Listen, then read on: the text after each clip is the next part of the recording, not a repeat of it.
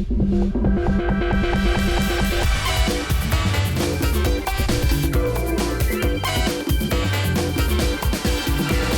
welcome to the Jeff and Jerry Show. My name is Jeff. I am the Borough Manager of Mount Pleasant, and my co-host, Jerry Lucia, Mayor of Mount Pleasant. Jerry. One good thing about hitting the summertime at the end of spring is we can do shows outside. Yeah, and this is a beautiful setting. It is, and a lot of people would do things outside now. I think one thing the pandemic has done is got people to do more at their yard and at their home, and some people need help for doing that kind of stuff. And we are at a place that is bigger than I think people think it is. I was impressed with the size of the layout here. When you see it from the highway, it doesn't look this big. When you drive into it. Well, and I'll tell you another thing. We all do traveling. I see their trucks everywhere. So they're not just a hometown company who does landscaping and planning. They're also regional, and they probably go into areas that we don't know about. I have to tell you a little story about that. I was out a couple weeks ago, and it was already just turning dark, and your guys were still working. I mean, if they were going to finish a job, they were going to finish that job. Yeah. And I was really impressed with that. Well, let's let our guys introduce themselves, okay? All right, Jake Silvis, founder and president of Silvis Group. I'm Chris Boucher. I'm the general manager here at Silvis. So, gentlemen, it's nice to be on the show. I want to thank you for that. And so let's talk a little bit about. I think Jerry has a question that we want to ask you first. Well, first would be Silvis Farms history. That's a good one. So Silvis Farms goes back into the early 1900s. I'm the fourth generation. My son's the fifth. I farmed as a kid growing up. That's how I got into this business. But we were primarily a dairy farm, so a lot of people were familiar with Silvis Farms from the milk and the eggs, and even the capons and pork and things that we used to produce through the farm. So we carried that on into the landscape side of it to carry the family tradition, because we still are in the green industry. We're still in the ag industry. We're still producing something, whether it's a service that we're providing or plant material that we're providing for our clients. Okay. So how far back does that go? How many years ago? I'm going to say early 1900s. The exact date, I would have to refer to That's close enough. That's close enough. That's old enough. It's old Yeah. age. Yeah, we didn't talk to him yet. But that's what. And your mom and dad, were they part of this property? No, this property that we bought in Mount Pleasant, not certain the full history on the background of it, but it was a nursery prior to us purchasing it in 2008 or 2009. And we moved our operations over here to have more room for growth. We were stuck at that time on a property in Jeanette that was about an acre in size, and we packed it full. So similar to what we're doing here with this location. Yeah, you might be running out of room here pretty soon. Well, we have a second location also in the Uniontown area that has 57 acres for us to grow into as well. So as you said in the very beginning, Jeff, that we're not just right in Mount Pleasant. We're not just the borough or the township. We are spread out pretty far. You have kids, Jake? I do. I have two children. My son and my daughter, Jacob Henry Silvis the fifth. My daughter, Lily Silvis, and my wife, Jennifer Silvis. Your children in the business? Sometimes more than I would expect them to be. My son is the youngest. He just turned 12 in December, and he could pretty much run any equipment that we have. He'll be my boss. He can move. Yeah, that's right. Yeah, he's pretty engrossed in it. My daughter does a little bit with the marketing and helping with some of the social media that I'm not an expert at. Well, they're the right ones to go to, the kids. Absolutely. Okay, funding of the Silvis Group. So, Silvis Group was founded in, I believe, 91 officially. Yeah, technically 91. Been doing it since 86, but yeah. When it really was full-blown business, it was '91 with the corporation and everything that we founded. I did Jake's first logo. He was a teenager, came to me. That's how we gained a relationship. And 30 some years later, I'm here as his general manager. So I've been here about 4 years now. Well, he knew that you were the artist. Yeah, everyone knows me as the artist. But I came on to just help with culture here. We were having a pretty good churn in employees. We really wanted to make sure that our employees are, the number one reason we're here, and our customers, of course. But without our people, we have nothing. So we recognize that, and we're working hard to maintain and keep them. Are you having a hard time getting employees right now? Always, especially with the pandemic and different things that have happened in the course of the last year. Although the green industry has always been difficult. I mean, we have white collar workers, we have blue collar workers, and we respectively have green collar workers, and it's hard to find. Kids are going in a different direction. They want to go to college, but there's a tremendous amount of opportunity here for youth and older people. If you like to garden, if you like to get outdoors, this is a tremendous opportunity for people. A lot of your workers aren't from the country, right? You go through a different programs with the United States government. How's that working out? Well, Jake, respectively, we hire under the H-2B program, which is a legal immigration system. Our employees are here 8 months out of the year, so they typically arrive in April, and we have them through December. And we generally keep about 40 employees in the guest relationship. And a lot of them do the summertime work, but the wintertime you also plow. You do other stuff in the wintertime. You're not just a summer business. Correct. or a fair weather business. So in the wintertime, though, they're not here as employees, though. Correct. They go home, and then we do on-call workers. We have several employees that will stay here full-time with us. And then we do on-call workers that are called in as needed. Yeah, we have some seasonal help that may be laid off, concrete people, asphalters, other individuals that may have a seasonal type business, roofers, for example, that can come on board and help us with the winter services to supplement our commercial needs. We only do commercial snow in the winter just because we don't have enough staff to provide the residential. And again, the winters are so unreliable here. I mean, we always have snow, guys, but it's not always Not a lot of snow. Yeah, it's not always consistent. How about the business philosophy, who we are, who you are?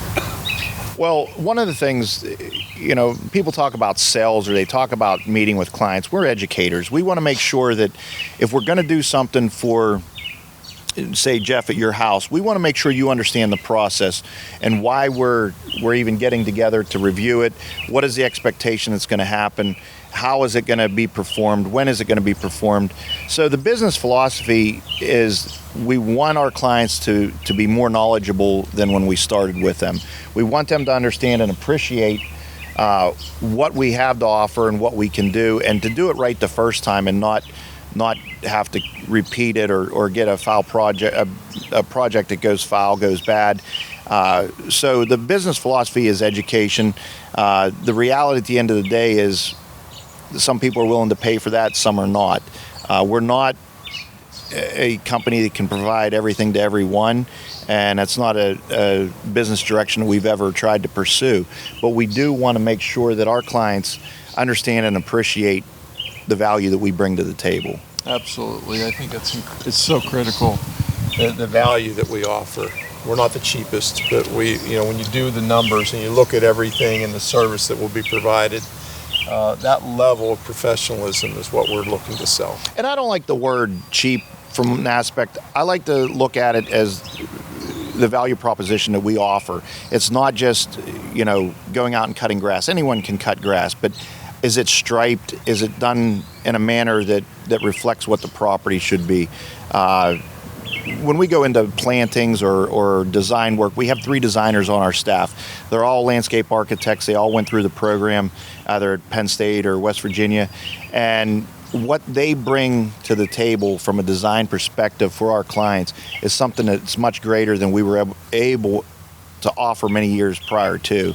And phenomenal work that our team provides from a design build I think internally we're surprised every day by what we get out of these guys. Have you noticed the expectations of people sometimes are unreasonable? I think if the expectations are not set in the very beginning, they can be unreasonable. That's getting back to the process. When we meet and greet with our clients, we want to make sure we understand exactly what they're looking for, what the end goal is, and we can usually deliver on it. Sometimes, yes, it can be challenging, but I would say 1 out of 200 is a challenge. Some people are tougher than others, huh? There's a few. One in particular. Well, you always want, listen, there's an expectation, then you always want to plus it. You know, I'm a big Disney guy, so you always want to plus it and provide more expectation than what. Hey, how much are you directly involved anymore in the operation? And you used to be so hands-on. I remember you coming to do stuff in the borough where you were actually out there. Believe it or not, he's out there digging and doing stuff. Is that still your role? It's not really my role. Not his role. Slow your roll. There's days that I would rather be out there doing that, but honestly, Jeff, there's so much that I have to do in a day that I can't physically be out there. I may get a crew started if a project manager just doesn't have the time. But honestly, day-to-day operations, I'm helping review how the company's doing, what we can do to better supply the services to our clients, better organize things so that we can streamline, keep our prices as reasonable as possible. Obviously, with this whole COVID thing, everything's all turned up, material and things. But my day-to-day role varies dramatically. But yeah, I'm not out in the field as much as I used to be. I would like to be, but I'm not. In the wintertime, I do get out to plow snow, when there's plowable snow. So I do get out a little bit. Jeff, he has a job like you. Always working. Right, Jake? Always working. Always. Always working. 24/7. 10 o'clock last night. That's right. That's right. How about the building of the future and your growth? You're planning on growth?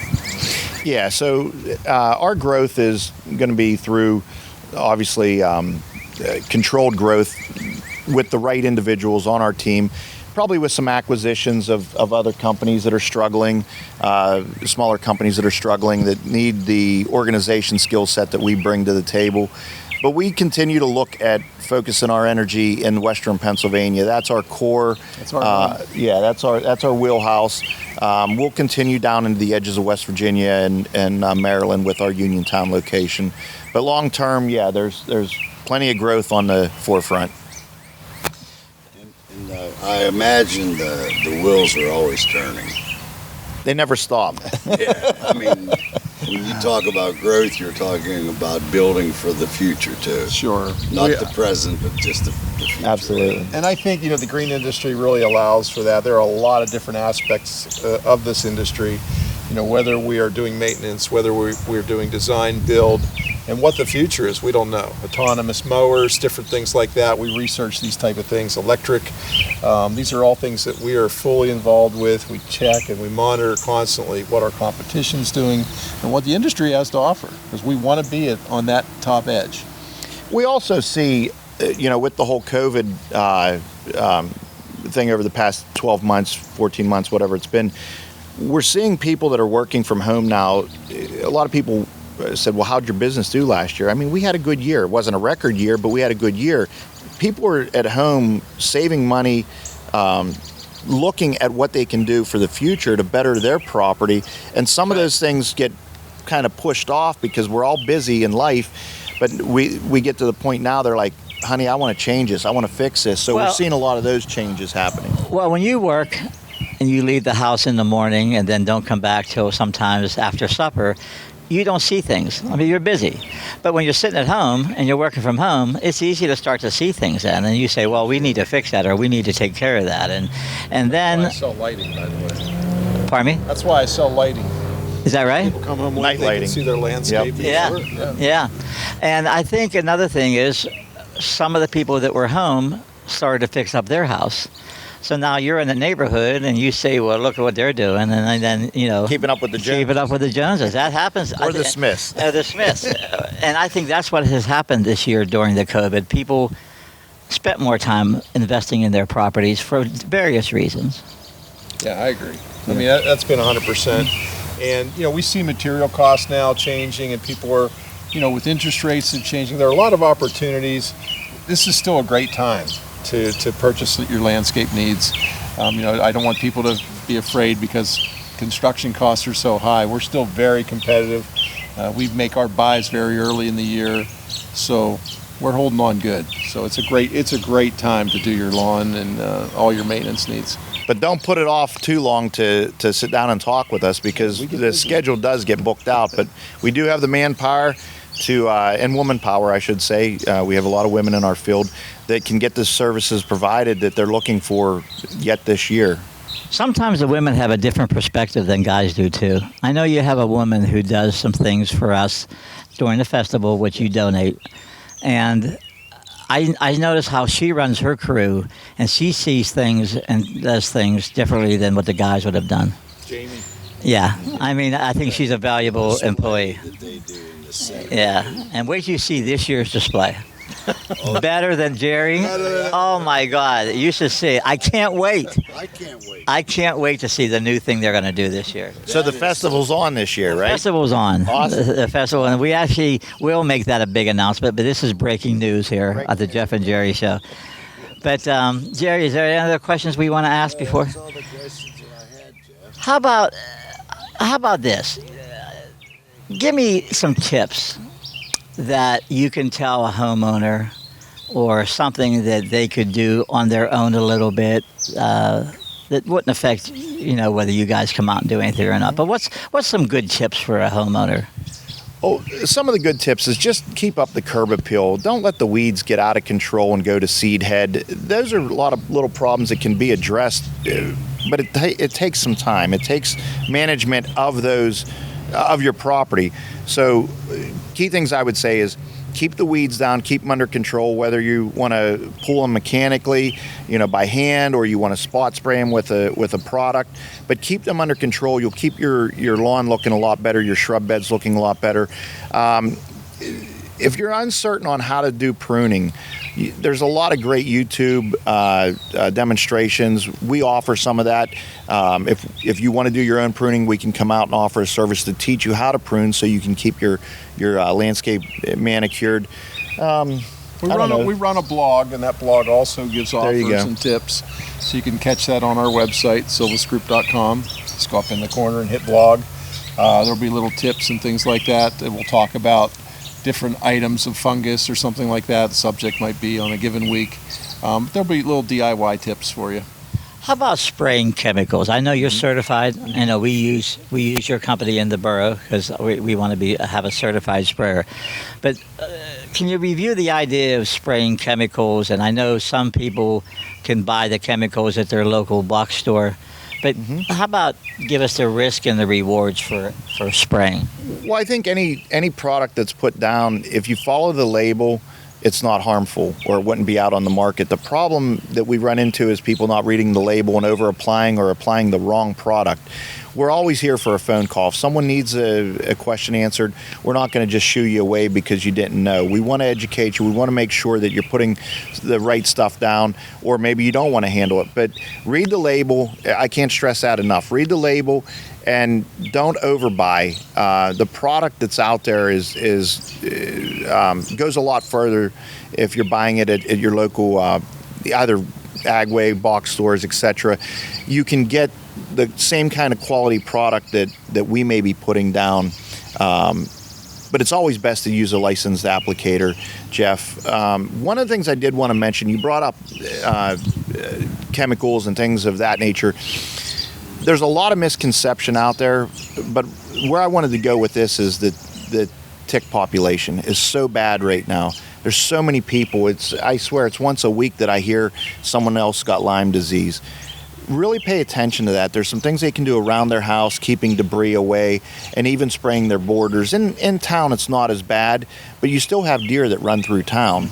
Heck, I saw a baby cub walking across the road by Wilkinson's last night going home. So we have a lot, being in the rural area, we have a lot of animals that are out there carrying this insect, and it can be very debilitating. So we want to make sure that people understand about that, and that is a service that we offer to our clients if they would need some other understanding of ticks, and what we can do to help control them. Yeah, I mean rodents, anything that, they carry them. If you have leaf debris, especially that's remained from last fall, you want to get rid of that. Ticks love the leaf; that's where they stay. Now, the big news this year is after 17 years, the cicadas are coming back. And I know that's annoying for some people, but is there anything as a homeowner that you can do to at least put up with it for the year? So cicadas don't always kill the plant product, whatever, trees and so forth, but they'll hit the smaller trees and they will cause damage to it. Typically won't kill them, but there are some sprays that you can put out ahead of time to steer off the damage, minimize the damage that's going to occur. Is our region scheduled? I know it's like we're on the cusp of where they're coming. They're more the southern, but I'm not certain how close they're going to hit us this year. Yeah, I think it is. Well, the story I saw was from West Virginia, so I don't know how far up, but I'm just assuming that it's going to reach us, because we are sort of in the Appalachian areas of it. Yeah, I think one of the bigger concerns this year for us is the spotted lanternfly. It's not really in this region yet, just tipping it, but it's done tremendous amount of damage to the east. So we really are watching out for that and making sure that people are aware of what the nesting looks like. We'll have a blog out on that. We want to eradicate that one. Now, what does that do? It'll defoliate just trees, and it's incredible because you'll see them. They'll be completely covering. They're so they're really pretty insect, but honestly, they're a destroyer. They're like the ash borer and things like that. Yeah. They will wipe out certain tree populations, grapevines, even some of the farm fields. There's some issues with, but mostly ornamental type plants and trees in our region. Now, to minimize that risk, is that spraying for that, or what is that?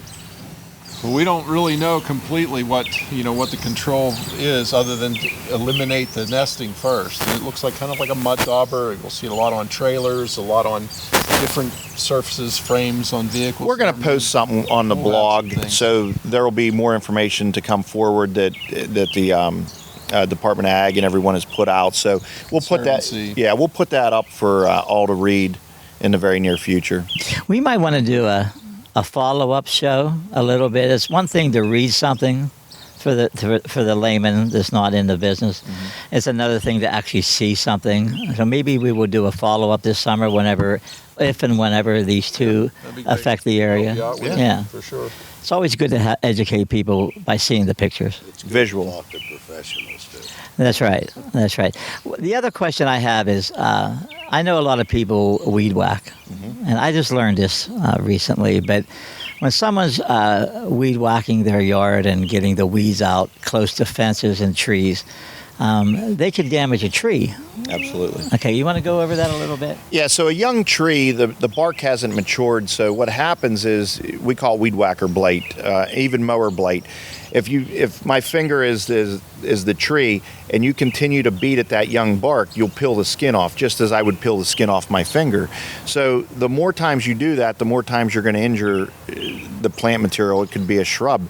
If you look at the horticultural recommendation is to put a mulch ring around those trees, even your shrub beds. You want to keep the mowers, you want to keep the string trimmers back from that area, and that will allow that plant to mature. Once it matures, I'm looking past the camera right now, there's a large locust tree over there. You could weed whack right up against that. You're not going to hurt it. But if that tree was only a young sapling, you're going to run into taking the bark off, and the bark is where the fluid, it's your cambium layer. So where everything's translocated up through the leaf from the root system and everything. So when you cut that, you're cutting off the veins, like in our body, you're cutting it off, and you're going to cause death or demise to that plant over a shorter period of time. Also makes them susceptible to insects. Insects. Yep. Okay. Well, Jerry, I know you do a lot of yard work. I see you out there every night. No, you're at the wrong house. I did some weeding this year. Did you? Well, see, I must have been the day I was there that I saw you do the weeding. You got into some other things and you did them for the borough, but you not only do you do landscaping and you do snow plowing, but I think you did some concrete work, a little bit of that. So briefly, I know. I just want to talk a little bit about what else you actually do out here that you can supply people with. So, again, our services are pretty broad. We specialize in the landscape design build field. We also have triaxles for trucking. We process topsoil. We have some beautiful screen topsoil that we supply, tri-state area basically. We have compost that we make. So any of our grass clippings are organic matter that we bring back. We recycle it. We put it back into a compost and provide that to our clients for a reasonable price. We also sell some plant material on the lighter side, multiple things that we bring in. We'll bring in extras, perennials, and some hard goods. We do concrete work. Hardscape. Any hardscape, retaining walls. Yeah, retaining walls, lock walls. We do pavers. a lot of natural stone work, paver work, flagstone, boulders, the Laurel Highland Mountain boulders that you would see at Seven Springs or Hidden Valley. We do a lot of those type of walls or sitting walls, accenting the landscape with them, trying to create what the landscape should look like in Western Pennsylvania, not something that doesn't relate. And that would go into water features. So there we you do go. Ponds, we do waterfalls, lighting, fire features. We do a lot of fire pits, fireplaces. So all the hardscape needs we provide. If I'm lousy at planting flowers, okay, give me one flower that I can plant that it's hard for someone like me to screw up. Yeah, probably wave petunias. Yeah, hard to screw up. They're pretty hard to screw up, Jeff and could do it. they'll grow about anywhere. Okay. Well, that's good to know because some people like flowers, but they just seem like they say every time I grow a flower, it dies. So, what do you call them again? Wave petunias. Wave petunias. Yeah. Well, we have a couple minutes left. You want to go over some of the ways for people to contact you? Chris? Best reaching us is 724-54-PLANT. That's the best phone number to reach us. That handles both locations here in South Union Township. Silvisgroup.com is always an excellent way to reach us. SILVISgroup.com. That's available all the time. You can send me a message at info.com through there, and I receive those. We turn those around the next morning. If you send it out in the middle of the night, I'll be back in touch with you personally. We set up appointments. The salesperson will come out, no obligation. We'll give you some pricing, work up some designs for you. So, we're a full-service company. We take pride in getting back to you quickly. So you'll take information for a design or just come up with a design yourself? You'll do either? Correct. You'd rather have a little information from the client, right? We definitely love feedback from the customer. We'll sit down. It's your dream, so. Yeah. Well, that helps them buy into it if they have a part of it, I would think. Absolutely. Yeah, absolutely. Well, Jerry, I think we're about out of time. You have any last-minute questions for your green thumb that you?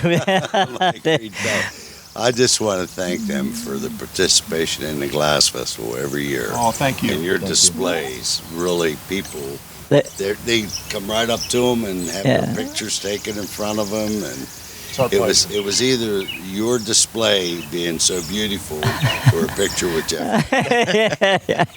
Well, I know. Well, I think their display outdoes me. But he's right. I mean, with that, we're on the street, so those displays add to the beautification of the festival. And I think I also agree.